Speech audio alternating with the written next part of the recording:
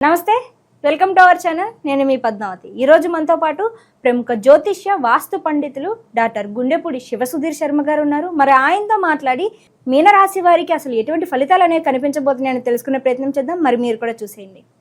నమస్కారం గురువుగారు. శ్రీమాత్రే నమః. శ్రీ గురుభ్యో నమః. గురువుగారు, మనకి ఆదాయ వ్యయాలు అనే విషయానికి వచ్చేసరికి ఆదాయం అనగానే మనకు వచ్చే సంపాదన, వ్యయం అనేది వచ్చేసరికి మనకి ఖర్చు అవుతుంది అని చెప్తారు కదా. అంటే ఇది వాస్తవమే అంటారా, లేకుంటే ఆదాయ వ్యయాలు కావచ్చు, లేకుంటే రాజపూజ అవమానాలు కావచ్చు, ఇవి వేటి పరంగా లెక్క వేయచ్చు అంటారు? నిజంగా చెప్పాలంటే మనం చిన్నప్పటి నుంచి కూడా మెంటల్గా ఫిక్స్ అయిపోయి ఉన్నాను. ఆదాయం అంటే డబ్బు, ఖర్చు, వ్యయం అంటే ఖర్చు అని. ఆదాయ వ్యయాలు అనేటువంటివి మనకి పంచాంగంలో ఇచ్చేటువంటి విధానం ఏమిటి అంటే కేవలం డబ్బు విషయం ఒక్కటి కాదు. ఆర్థికం, ఆరోగ్యం, కుటుంబం, మనశ్శాంతి, విద్య, మనం అనుకునేటువంటి కార్య సంకల్ప విజయం, ఇవన్నీ ఓవరాల్గా కలుపుకుంటే వీటిల్లో ఏ ఒక్కటి లోపించినా మనశ్శాంతి లోపిస్తూ ఉంటుంది. కాబట్టి ఇవన్నీ కలుపుకొని ఆదాయ వ్యయాల రూపంలో చూపిస్తారు. కానీ డబ్బు మాత్రం కాదు, డబ్బు ఒక్కటి మాత్రం కాదు. మనకి ఓవరాల్గా ఈ సంవత్సరం మొత్తం ఉండేటువంటి ఫలితం, మనకు ఉండేటువంటి మనశ్శాంతి, మనకు ఉండేటువంటి కార్య విజయం ఏదైతే ఉందో ఈ ఆదాయ వ్యయాల రూపంలో చెప్తాం. కానీ కేవలం డబ్బు ఒక్కటే ఎంత వస్తుంది, ఇంత ఖర్చు అవుతుంది అనేది మాత్రం పిచ్చి అపోహ అని చెప్తాను నేను. కాబట్టి ఆ విధంగా చూసుకోకండి. తప్పనిసరిగా మనం ఓవరాల్గా జీవితం మొత్తం సంవత్సరం, ఇప్పుడు 1% ఇంట్రెస్ట్ అని చెప్తారు నాన్న, బ్యాంక్ వాడు చెప్తున్నా. 1% ఏంటంటే ప్రయాణం కదా. అట్లా అని ఆదాయ వ్యయాలు కూడా మన పంచాంగంలో చెప్పుకునేవన్నీ కూడాను సంవత్సరం మొత్తానికి పనికొచ్చేట్టుగా మనకు ఉండేటువంటి మనశ్శాంతినే ఆదాయ వ్యయాలుగా చూసుకోవాలని చెప్తాను. గురువుగారు, అసలు మీనరాశి వారికి చూసుకుంటే ఉగాది నుంచి ఉగాది వరకు ఎటువంటి ఫలితాలు కనిపిస్తున్నాయి? దాంతోపాటుగా వీరికి షష్టగ్రహ కూటమి అనేది మొత్తం కూడా మీనరాశిలోనే జరుగుతుంది కాబట్టి కాస్త కష్టతర ఫలితాలే కనిపిస్తున్నాయి వీరికి అని ప్రతి ఒక్కరు కూడా చెప్తున్నారు. మరి అలాంటి పరిస్థితుల్లో అసలు వీరు ఎటువంటి జాగ్రత్తలు తీసుకోవాలంటారు? ముఖ్యంగా నాన్న, ఇందాక మనం కొన్ని రాసులు బాగున్నాయమ్మా, కొన్ని రాసులు బాగాలేదని చెప్పుకుంటున్నాం. అట్లాంటి వాటిల్లో బాగా లేని రాసుల్లో మీనరాశి కూడా ఒకటి. ఎందుకు?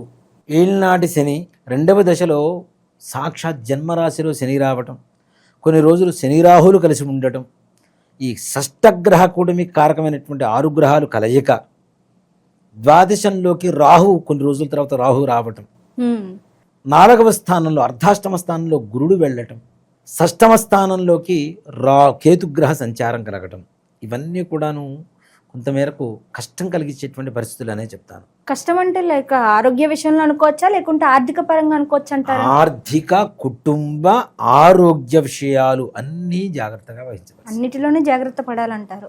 వీరికి, ఈ రాశి వారికి ఆదాయ వ్యయాల విషయానికి వస్తే ఆదాయం 5, ఖర్చు 5, రాజ్యపూజ్యం 3, అవమానం 1. ఆ విషయంలో బాగానే ఉంది. కానీ ఇక్కడ ముఖ్యంగా మానసికమైనటువంటి వేదన ఎక్కువగా పొందేటువంటి పరిస్థితులు కనపడుతున్నాయి మీనరాశి వారికి. ఏ పని తొందరగా పూర్తి కావట్లేదు, అవుతుందా కాదా, అసలు దీని మీద పెట్టుబడి పెట్టాం, మనకు లాభం వస్తుందా రాదా, ఆరోగ్య పరిస్థితి నిదానంగా క్షీణిస్తూ ఉంటుంది. అది తెలుసుకునే లోపలే ఒక ప్రమాదంగా మారిపోయేటువంటి పరిస్థితులు కనపడుతున్నాయి. దాని పరిస్థితి ఏంటి? ఇంట్లో శుభకార్యాలు చేయగలుగుతామా లేదా, ఇంట్లో వాళ్ళ అనారోగ్య పరిస్థితి ఏంటి, ఖర్చుల పరిస్థితి ఏంటి, ఆదాయం ఎలా ఉంటుంది, పిల్లలేంటి, ఇన్ని అనేక రకాలైనటువంటి, అంటే అష్ట కష్టాలను చెబుతూ ఉంటాం కదా. ఈ అష్ట కష్టాలు మొత్తం కూడా చుట్టూ చేరి వీళ్ళని ఎక్కువగా బాధిస్తూ ఉంటాయి. దీంట్లో వివాహ విషయాలకు వస్తే తొందరగా వివాహాలు కాకపోవటం, అయింది చివరి కుదిరింది, పెళ్లిపీటలు తొందరలో ఎక్కుతామనుకునేటువంటి వాళ్ళకు కూడా కొంతవరకు అనుమాన స్థితిలోనే వివాహం జరుగుతుందా లేదా అనేటువంటి ఒక భావనకి రావటం. అలాగే విద్యార్థులు, నేను ఎగ్జామ్ బాగా రాసి వచ్చాను, పాస్ అవుతాను అనుకుని ఇంట్లో కూర్చుంటాడు, కానీ ఎగ్జామ్ ఫెయిల్ అవుతూ ఉంటాడు. ఇలాంటి వాడు.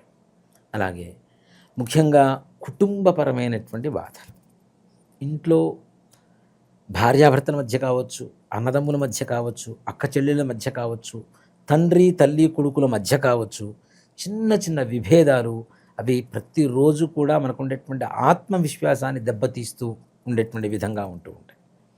అలాగే రాజకీయపరమైనటువంటి వ్యక్తులకు కూడా వాళ్ళకి సంబంధం లేనటువంటి బురద వాళ్ళ మీద చల్లటం, తద్వారా వాళ్ళకి పదవి అంటే వియోగం అన్నమాట. పదవి వెళ్ళిపోతూ ఉంటుంది. ఇలాంటి కష్టాలు ఏర్పడటం అనేది కనబడుతూ ఉంటుంది. ఉన్నతమైనటువంటి అధికారులు కూడా వీళ్ళని పిలిచి ప్రజా వ్యతిరేకతతో పాటు ఉన్నత అధికారులు కూడా వీళ్ళని ఎక్కువగా దూరం పెట్టడం, ఇంకా చివరికి రాజకీయ సన్యాసం చేద్దామా అనేటువంటి పరిస్థితి కూడా రావటం, మరలా కొన్ని రోజుల తర్వాత కొంచెం బలం పుంజుకొని ముందుకు వెళ్ళడం అనేది జరుగుతూ ఉంటుంది. రియల్ ఎస్టేట్ రంగం వారి వ్యవహారానికి వస్తే వీరు కూడా చాలా జాగ్రత్తగా ఉండాలి. ముఖ్యంగా నల్లగా పొట్టిగా ఉండేటువంటి వ్యక్తులు, ఎర్రగా పొడుగ్గా కోలమొహంతో కళ్ళజోడుతూ ఉండేటువంటి కొంతమంది వ్యక్తులు మీ జీవితంలోకి ప్రవేశించబడుతున్నారు, లేదా ముందుగా ప్రవేశించినటువంటి వ్యక్తులు కానీ కొంచెం జాగ్రత్త వహించవలసినటువంటి పరిస్థితి. సంపాదిస్తారు, ఎందుకు ఖర్చు అవుతుందో తెలియదు. ఒక్కోసారి అవసరానికి డబ్బులు చేతిలో నిలవు. కోట్ల రూపాయలు ఉండేటువంటి వాళ్ళు కూడా 100 రూపాయలు పెట్రోల్కి వెతుక్కోవాల్సినటువంటి పరిస్థితి కూడా ఏర్పడేటువంటి పరిస్థితులు కూడా ఉన్నాయి. కానీ ఇలా అని చెప్పి ఎక్కడ భయపడకండి, రాబోయేటువంటి రోజులంతా కూడా మరలా మీవే, దాంట్లో సంశయం ఏం లేదు. అలాగే ఇచ్చిన డబ్బులు వెనక్కి తిరిగి రాకపోవడం, మీ దగ్గర సహాయం తీసుకున్న ఏ ఒక్కళ్ళు మీ మొహం, అంటే మీకు సహాయం చేయడం తీసి పక్కన పెడితే మీ మొహం కూడా చూడరు. ఎక్కడ కనబడితే ఎక్కడ మళ్ళీ అప్పుడు అడుగుతాడో, ఎక్కడ సహాయం చేయమని అడుగుతాడో అని చెప్పి మొహం చాటేసి ఈ మీనరాశి వారికి జరగబోయేటువంటి పరిస్థితి. అలానే ముఖ్యంగా విదేశీ ప్రయాణాల కోసం ప్రయత్నించేటువంటి వాళ్ళకి కొంతవరకు పర్వాలేదు అనిపిస్తుంది. బాగా 1-2 సార్లు దండయాత్ర చేస్తే కానీ ఏదైనా ముందుకు వెళ్ళేటువంటి పరిస్థితులు ఉంటాయి, ఎట్టకేలకు వెళ్ళేటువంటి పరిస్థితులు కనబడుతూ ఉన్నాయి. అలాగే మీనరాశి వాళ్ళకి సంపాదించిన సంపాదన ఖర్చు అవుతూ అనవసరమైనటువంటి అప్పులు చేయవలసినటువంటి పరిస్థితులు కూడా కనబడుతాయి. రైతులకు కూడా చేతికి పంట వచ్చే సమయానికి ఏదో రకమైనటువంటి నష్టం వాటిల్లటం, తద్వారా వాళ్ళు కూడా బాధపడేటువంటి పరిస్థితులు కనబడుతూ ఉన్నాయి. అలాగే ఈ మీనరాశిలో ఉండేటువంటి ప్రతి ఒక్కరూ కూడా అతి జాగ్రత్తగా అడుగు వేయాలి. ఎవరిని నమ్మాలి, ఎవరిని నమ్మకూడదు అనేది 1-2 సార్లు ఆలోచించండి. 1-2 సార్లు కాదు, 100 సార్లు ఆలోచించినా కూడా తప్పులేదని చెప్తా. అంత జాగ్రత్తగా అడుగు వేస్తేనే ఈ సంవత్సరం మీకు కొంతవరకు ఏదైనా సానుకూలంగా ఉండేటువంటి పరిస్థితులు ఉంటాయి. కాబట్టి తొందరగా నమ్మకండి.